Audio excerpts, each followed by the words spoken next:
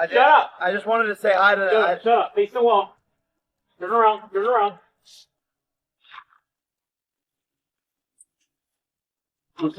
Give me your hat. Yeah. And you weren't really sparring. You were fighting. We were fighting all the time. And just guys getting dropped all the time. And that was just the kind of gym that I was in. But this wasn't a real fight. He was pulling punches. He wasn't giving it his full effort. So here's what went down with Joe Rogan and this whole Jake Paul situation. The man came out swinging with this absolutely brutal take on the arrest rumors swirling around Paul in these alleged scripted boxing matches. Rogan's message was intense, and he made it crystal clear that no amount of fame, prestige, or cash is worth putting your actual life in jeopardy. This isn't some theoretical discussion we're having here. The dangers inside that ring are as real as it gets and should never be ignored or brushed off like they're no big deal. Sources in the combat sports world say Rogan is convinced that Paul needs to take a long, hard look at his choices and the direction he's heading before he even considers lacing up the gloves again. The brutal truth is that chasing celebrity status or big paydays through these incredibly dangerous fights, especially ones that might involve manipulation or scripting, just isn't worth the potential fallout that could haunt you forever or end everything completely. But that's just the beginning. You can't think, you can't do things, you don't know what the fuck you're doing in life.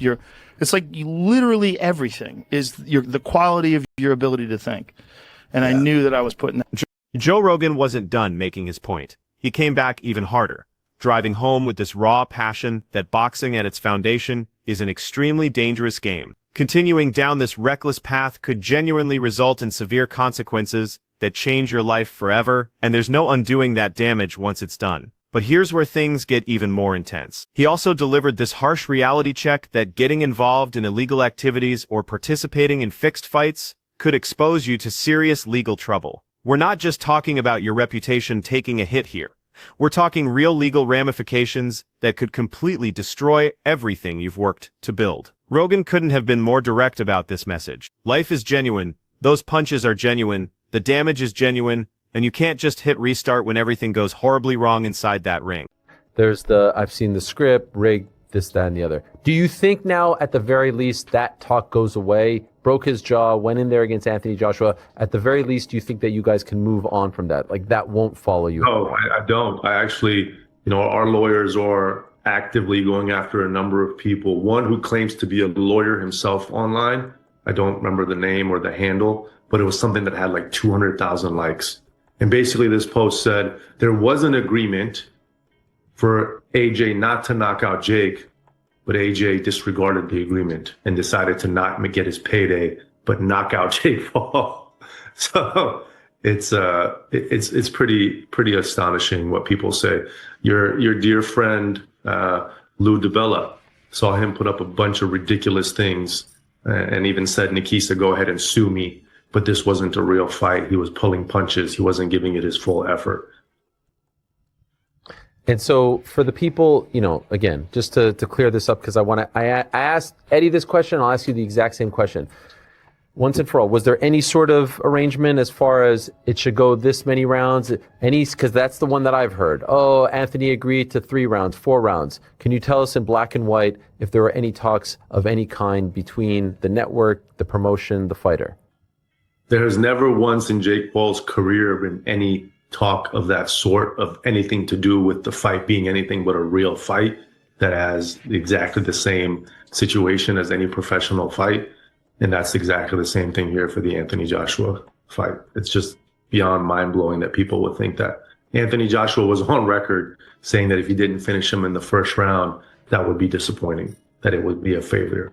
The narrative changed as we got closer to fight night and obviously post-fight, and I understand why, but they were pretty adamant it would take max 2 rounds. But then something shifted in this whole narrative, because Nikisa Badarian came forward to officially set the record straight. He made it clear that Jake Paul and his entire team didn't engage in any wrongdoing whatsoever, or make any attempts to manipulate the fight in any conceivable way. He directly confronted these rumors that have been spreading like wildfire across social media platforms. These allegations suggesting that the match with Anthony Joshua was somehow fixed or arranged ahead of time He's calling them completely baseless and without any foundation. Based on Nikisa's comprehensive statement, people online have been spreading these incredible accusations that seem to have developed momentum on their own, including this specific viral post, claiming there was some secret deal for Joso to avoid knocking out Paul. He took time to break down in detail how Joshua fought genuinely and decisively through every round, completely ignoring any supposed arrangement that these conspiracy theorists keep promoting. Nikisa stressed with total certainty that Jake trained relentlessly, competed with maximum effort, and faced absolutely real danger every moment he spent in that ring against a legitimate, elite opponent. He also clarified that legal measures are being pursued against certain people who are spreading these provably false stories across different platforms. For Nikisa putting out this clarification, it's essential to safeguard the well-deserved reputations of both Jake and his team, making it crystal clear to supporters, doubters, and critics that the fight was completely authentic and entirely unscripted, and any suggestion of a rigged outcome or predetermined result is totally unfounded and based purely on speculation and conspiracy theory. Because here's the thing. Look at all them celebrities like dude from the Mighty Ducks, the little boy actor that got strung out on drugs.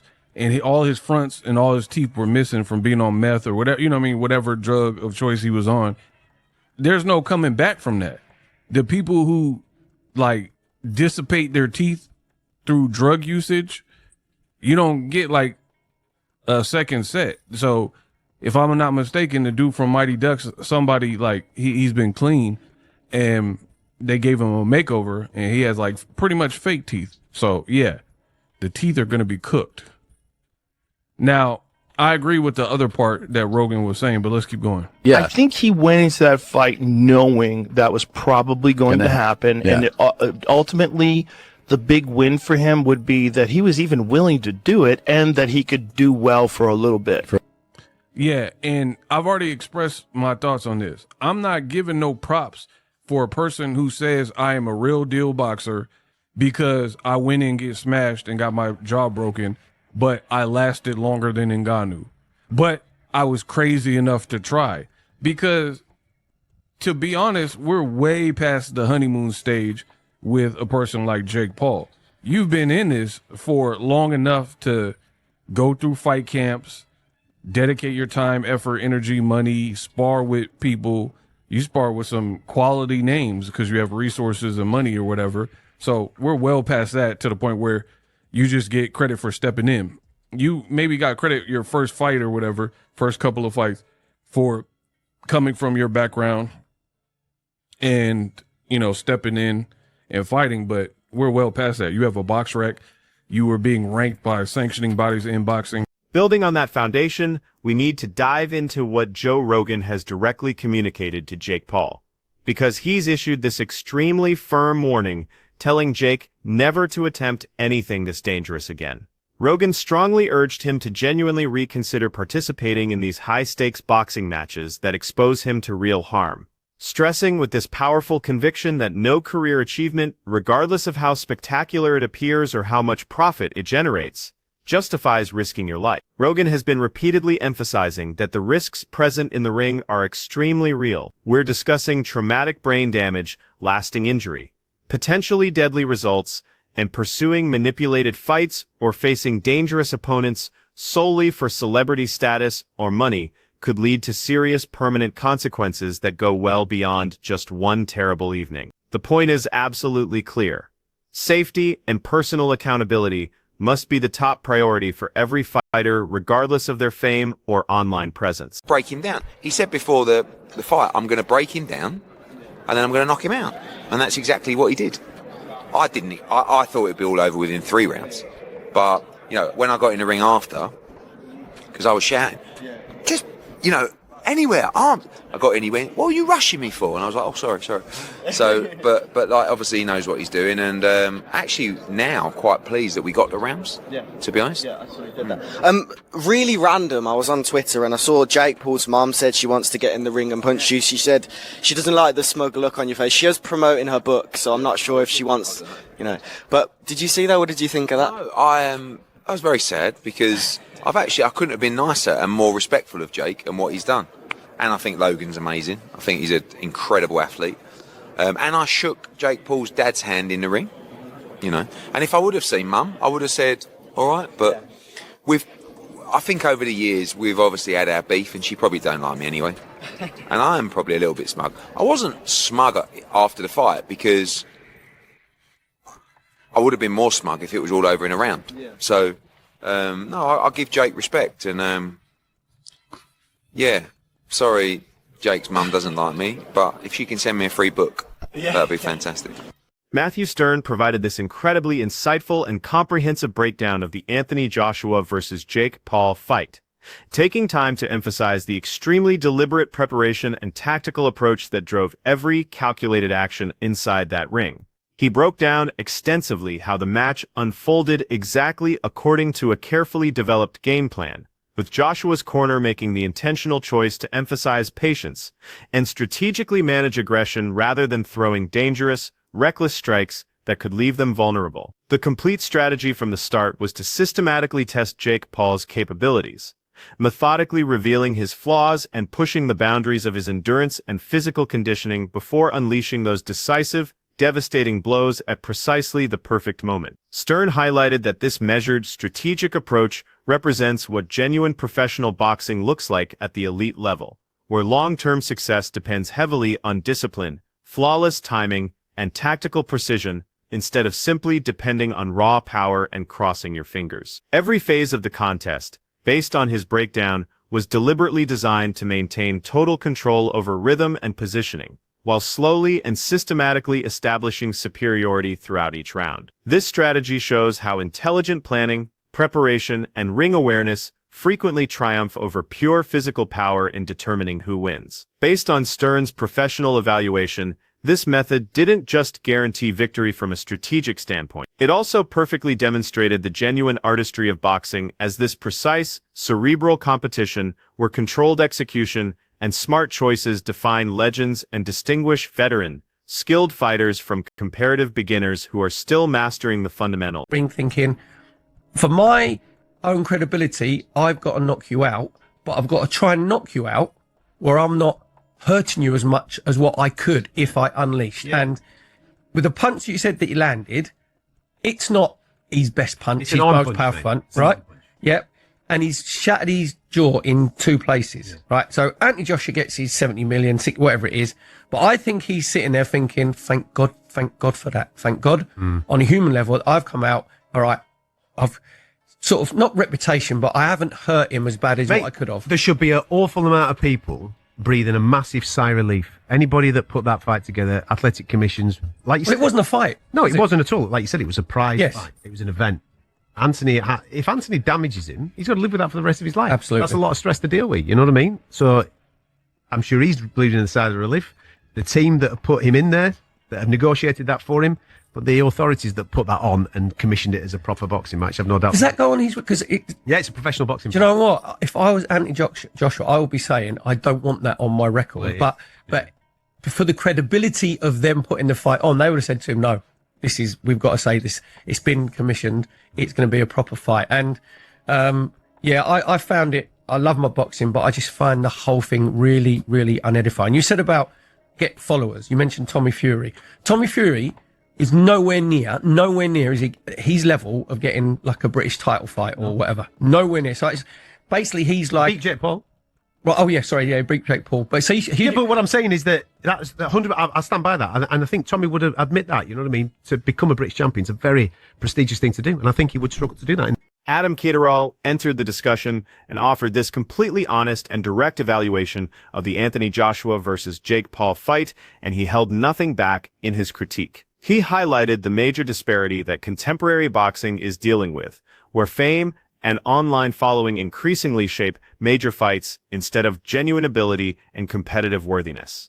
Caterall made a compelling case that Jake Paul's meteoric climb in professional boxing owes much more to his enormous social media reach and celebrity profile than to any real technical ability or substantial experience inside the ring against credible competition. According to Caterall's thorough analysis, even while Anthony Joshua was intentionally holding back his complete power and restraining his most destructive combinations, he still demonstrated this incredible control, flawless timing, and pinpoint accuracy throughout the contest, connecting with shots that inflicted genuine harm and exposed just how enormous the difference in talent really was between these fighters. This obvious and undeniable gap fueled widespread speculation that certain elements of the fight might have been affected or influenced by outside pressures and business interests, instead of purely athletic factors and competitive honesty. Stories spread extensively throughout boxing circles that Jake Paul allegedly tried to control or manipulate the tempo and rhythm of the bout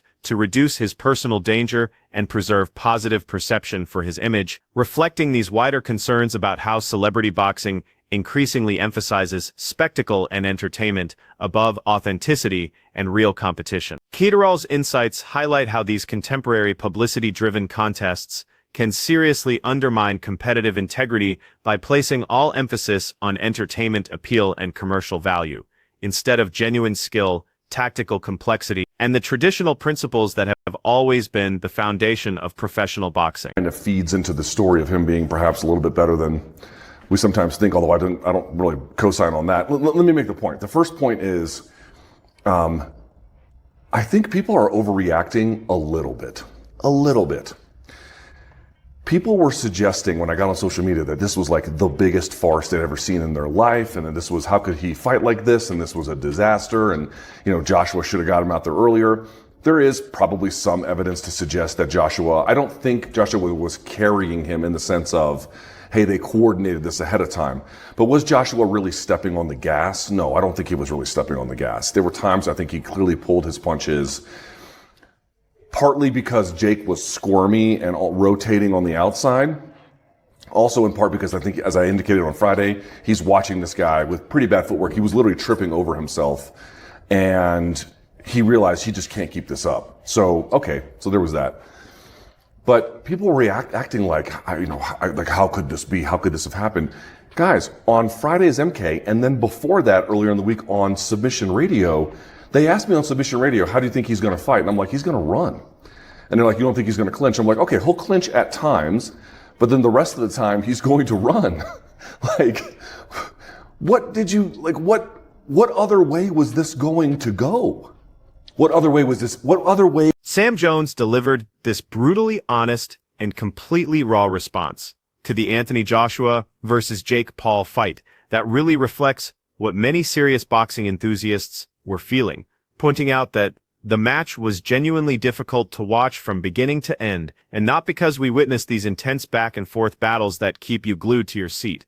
No, it was hard to watch because of the obvious technical shortcomings that were constantly visible throughout the entire encounter. He highlighted in pretty blunt language that Jake Paul had major difficulties with basic elements of boxing that any legitimate professional should have perfected long ago, including essential defensive skills like correct head movement, keeping a strong guard, performing proper footwork and positioning, and delivering appropriate counters to Joshua's attacks when they arrived. These constant errors and technical failures created this ongoing feeling of inequality throughout the whole fight, repeatedly emphasizing the massive difference in experience, ability, and ring intelligence between these two competitors. People and experts watching carefully observed that some moments in the fight seemed almost planned or practiced, as though the action had been quietly directed or controlled to keep both fighters from facing excessive danger or finding themselves in situations that could create serious complications. While Jake Paul certainly invested considerable training effort and preparation for this match, and nobody doubts his commitment in that area,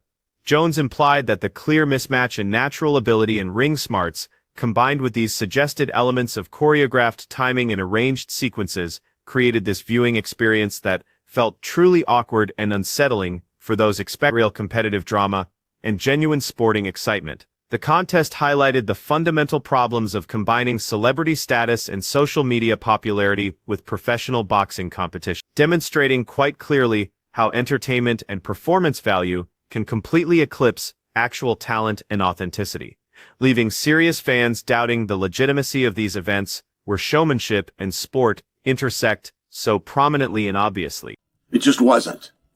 Jake Paul had a very healthy fear for his life while he was in there, and he was moving as such. He was staying away from him. He was running away. He was trying to get distance. Then he was trying to step in to win this athletic competition, and then he's trying to get out of the way so that he doesn't get hurt again. I mean, he was fighting. Then it turns to where he can't stay away anymore. So now he's got to go the other way. He's got to go forward. So now he's clinched him. Now he's dropping down to his knees. He's going below the waist. He's getting to double leg positions. He was fighting. These guys were Jake was fighting for his survival, and you could so see it. You could see this animal who's been caged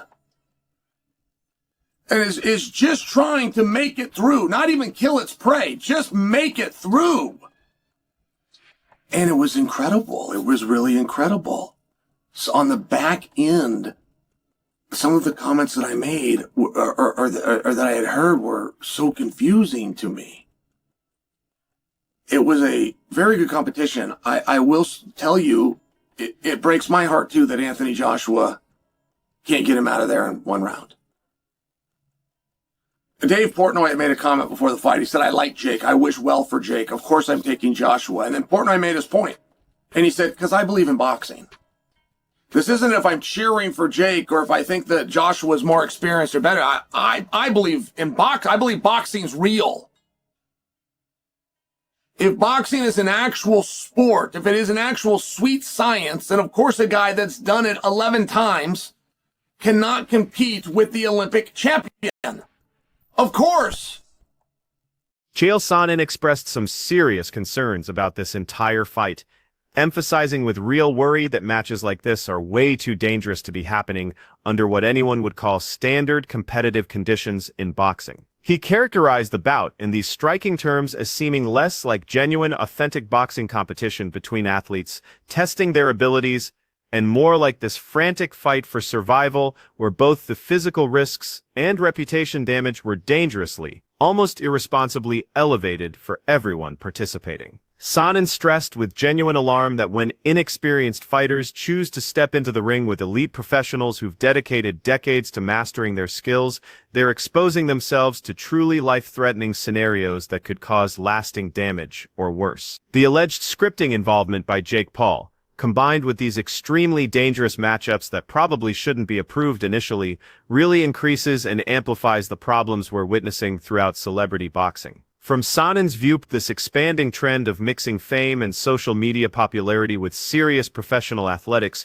creates significant dangers not only for the credibility and standing of boxing as a legitimate sport, but also for needlessly putting participants at risk in ways that earlier generations would never have accepted. Experts and boxing professionals watching the fight observed that Jake Paul's style throughout the match seemed unusually careful during certain crucial moments, which sparked numerous questions about his real motivations and what was actually taking place in there. While some interpreted this careful strategy as simply smart, reasonable tactics for someone competing far beyond their experience level, other watchers and critics wondered if certain moments and exchanges appeared almost rehearsed or predetermined, specifically designed to let Joshua control and dominate the action without putting either fighter at extreme risk or creating circumstances that could get out of hand. This reading allegedly matches up closely with those ongoing stories that Paul tried to affect and control the pace in specific moments of the fight to shield himself from serious injury while also maximizing the entertainment factor for the huge audience watching. These fighters weren't participating in what most would recognize as genuine boxing in the classic sense. That wraps up today's discussion, and honestly, we covered so much ground talking about this controversial match and all the surrounding controversy. Keep watching for more updates,